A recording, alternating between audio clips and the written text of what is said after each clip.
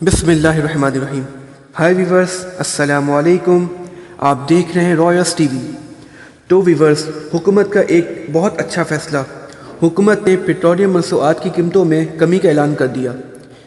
Petrol ₹1.57 सस्ता। अब इसकी नई कीमत 102.40 रुपये फ़ी लीटर मुकर्रर कर दी गई और डीज़ल में ₹1 सस्ता हुआ है।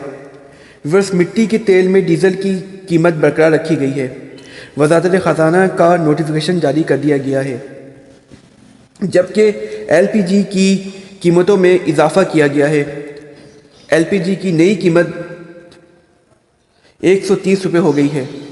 विवर्स, माना कि हुकूमत महंगाई भी कर रही है, लेकिन बहुत ज़्यादा महंगाई हो रही है।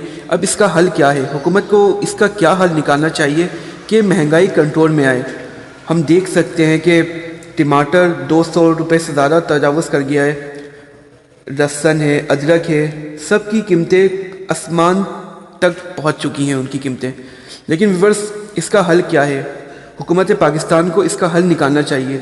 अभी प्राइम मिनिस्टर ने गंदम बरामद किया है, लेकिन उसके बाद भी उसकी कीमत वही बरकरार है। अभी तक की उसकी कीमत कम नहीं हुई है। हुकूमत को जल्द अज जल्द कोई ना कोई इसका हल निकालना चाहिए ताकि अवाम को रिलीफ मिल सके, वरना अवाम बेचारी बहुत ज़्यादा परेशान हो चुकी है। व्यूअर्स, आपकी इसमें क्या राय है?